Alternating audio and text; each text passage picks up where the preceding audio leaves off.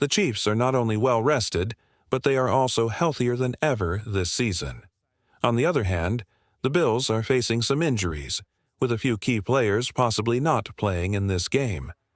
I'll get into that, along with some other important factors that should help the Chiefs win this highly anticipated AFC Championship game. But first, let's talk about the excitement surrounding this matchup.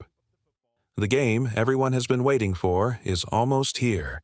Sunday night, Buffalo Bills versus Kansas City Chiefs, Josh Allen versus Patrick Mahomes, Sean McDermott versus Andy Reid. McDermott actually learned a lot from Andy Reid, since he comes from Reid's coaching tree. Plus, we've got Steve Spagnuolo facing off against Joe Brady. It's a game that many people are picking the Bills to win, but the Chiefs can definitely win too. There are some key matchups I want to highlight, as well as some important takeaways. Let's dive into it. To start, the Chiefs need to either tie or win the turnover battle against Buffalo. That's crucial, because every team that has won in the playoffs has won the turnover battle. The Bills finished the regular season with the best turnover differential in the NFL, sitting at plus 24. They only had 8 turnovers, the fewest in the league. Josh Allen was responsible for all of them, but that's not too many. He lost 2 fumbles and threw 6 interceptions. Over the years, Allen has matured, making fewer costly mistakes and playing cleaner football, which has been a big reason for the Bills' success.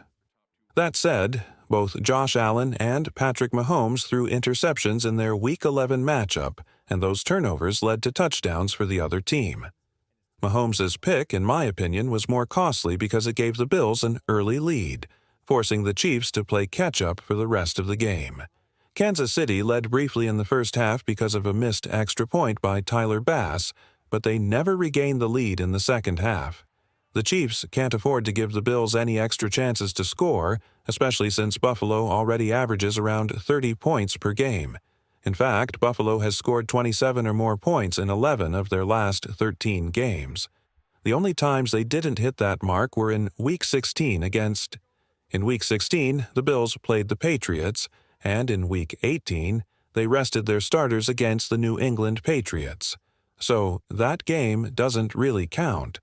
Meanwhile, the Chiefs' defense has been playing at a very high level in the second half of the season, excluding Week 18, when they rested their starters during the big win over the Denver Broncos. Over the last 6 games, they've only allowed 14 points per game. So, scoring 30 points on them will be tough. But of course, Buffalo was the last team to do it. Josh Allen is playing really well right now, spreading the ball to everyone, even without Stefon Diggs. This kind of reminds me of the Chiefs when they traded Tyreek Hill. After that, other players stepped up, and it's the same thing with Buffalo's offense now. Here are a couple of matchups to keep an eye on.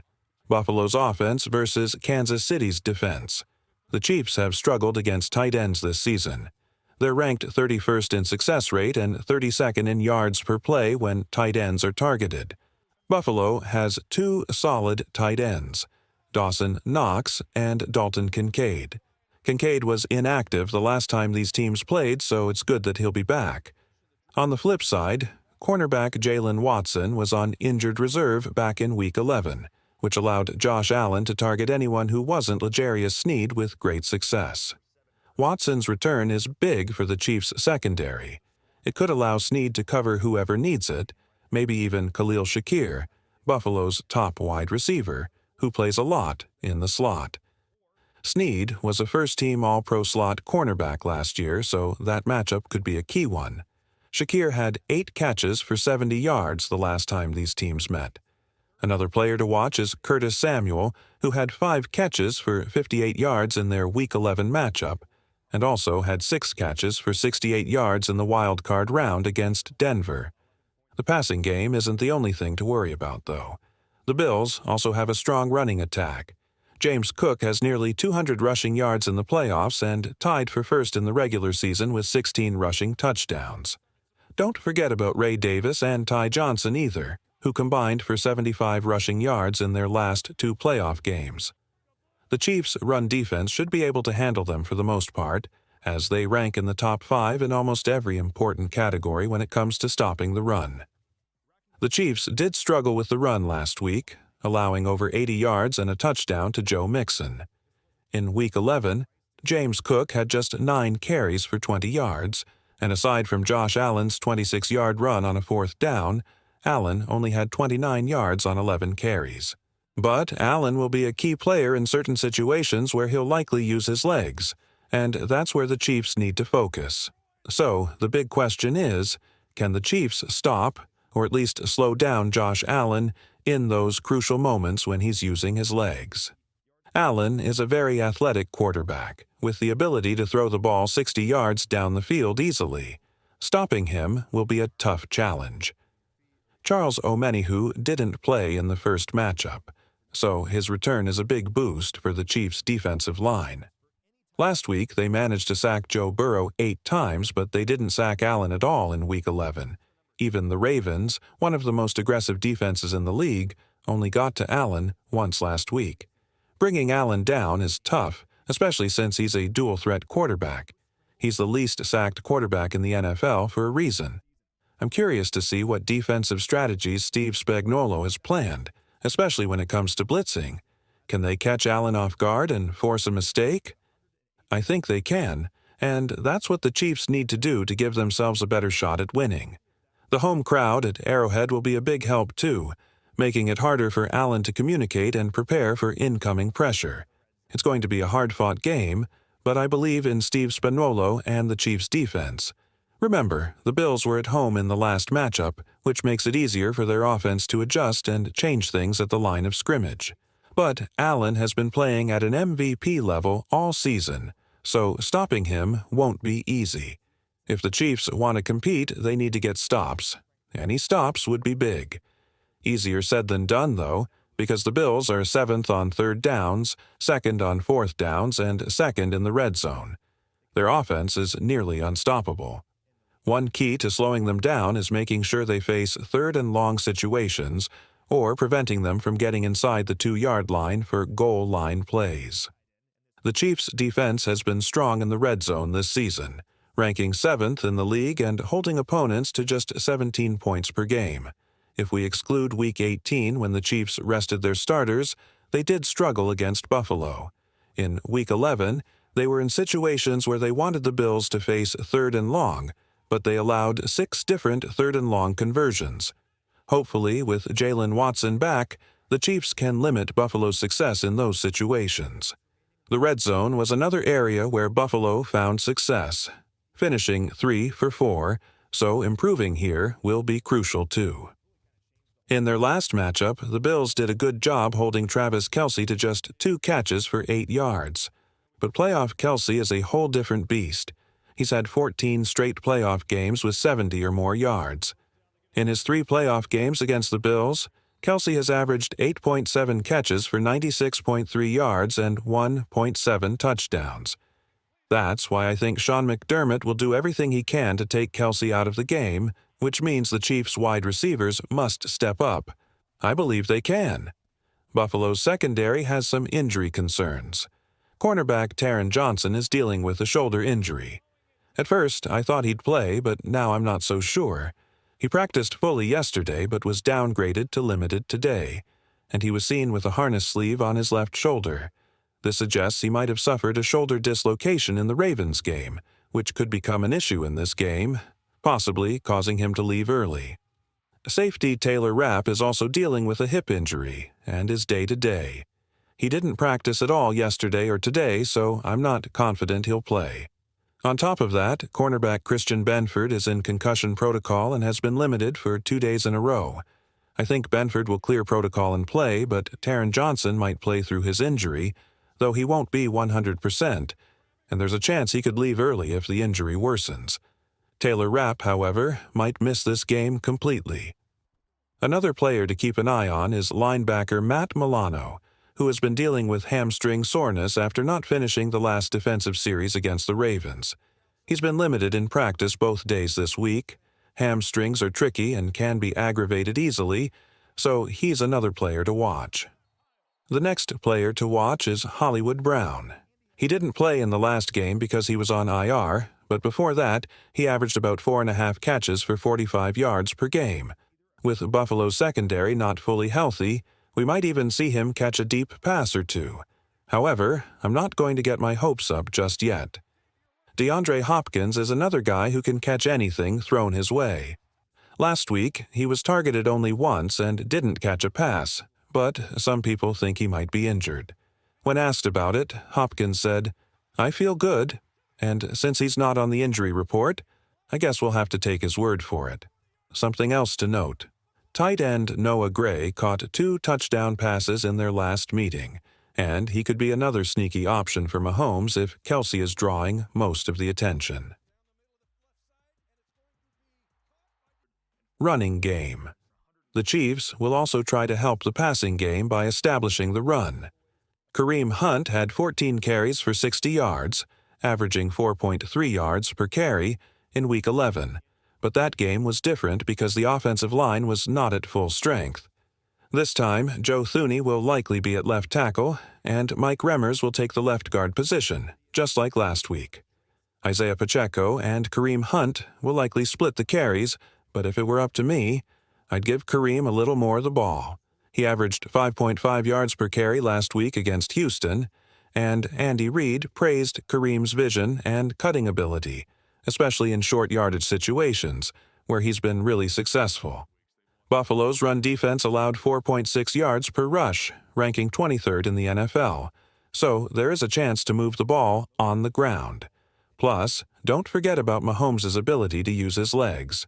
Believe it or not, he holds the record for the most rushing yards in franchise postseason history.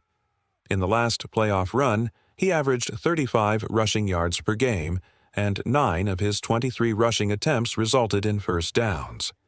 Buffalo did spy Mahomes quite a bit in their last matchup, so we might see that again this time. Pressure on the Chiefs' receivers. If Buffalo spies Mahomes, it could actually help the Chiefs' pass catchers. With one less player in coverage, they have a better chance to get open and make plays. The Bills' pass rush won't be as tough as Houston's, but they're still a threat. Ed Oliver, a strong defensive tackle, could challenge Mike Remmers at left guard. Mahomes also mentioned Von Miller as someone to watch out for. He's a veteran leader who can make big plays, like when he picked up a fumble and almost scored last week. Greg Rousseau has been impressive too, getting a sack in every playoff game so far, so the Chiefs can't ignore him.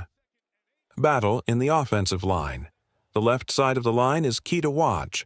Joe Thuney allowed a sack, 2 QB hits, and 3 pressures last week, and Mike Remmers gave up 4 pressures. This matchup between Buffalo's defense and Kansas City's offense could decide the game. If Mahomes can play clean football, avoid turnovers, like he has since the last game against Buffalo, and keep drives going, it will help the Chiefs control the game. They were perfect in the red zone the last time they met, going 3 for 3, and if they can do that again, they'll have a good chance to win. Special teams. Special teams will be important too. Both teams rank in the top 10 for time of possession, averaging about 30 minutes of ball control per game. This will lead to long drives, so turnovers are crucial to avoid.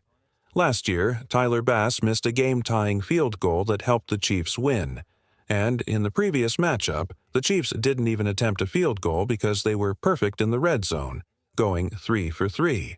They'll need to keep that up. Special teams importance. In a playoff game like this, every point matters. Harrison Butker was great last week, hitting all 3 field goals and both extra points. He'll need to be perfect again in this game.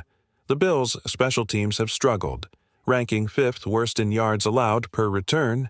Nico Riggio almost took the opening kickoff for a touchdown last week, so maybe he'll have more success this week.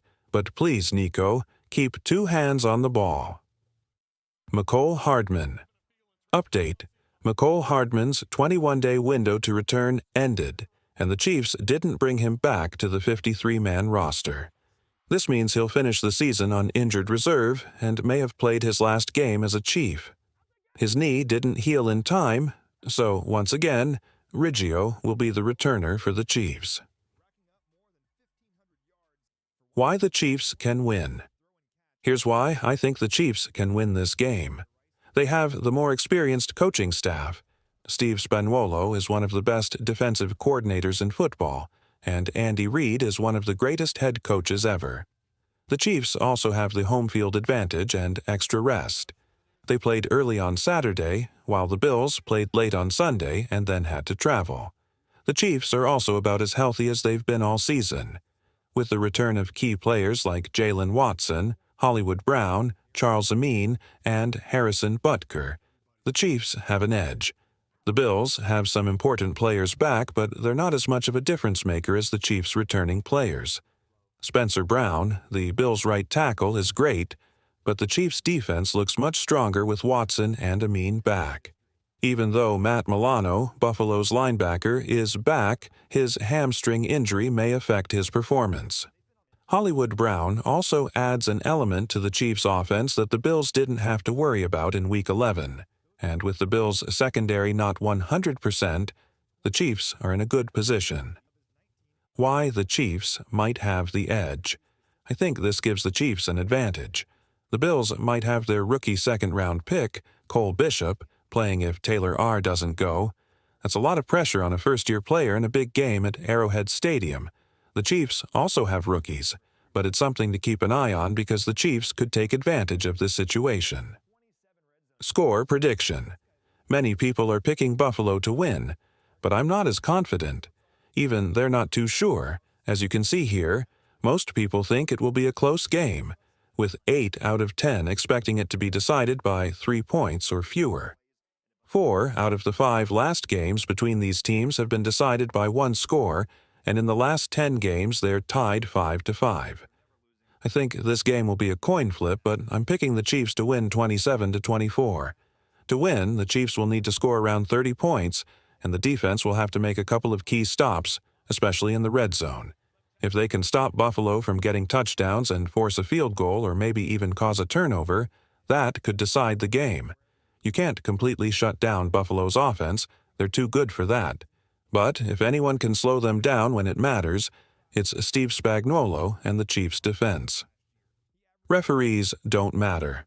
I know many of you want me to talk about the head ref, Clete Blakeman, but honestly, it doesn't matter.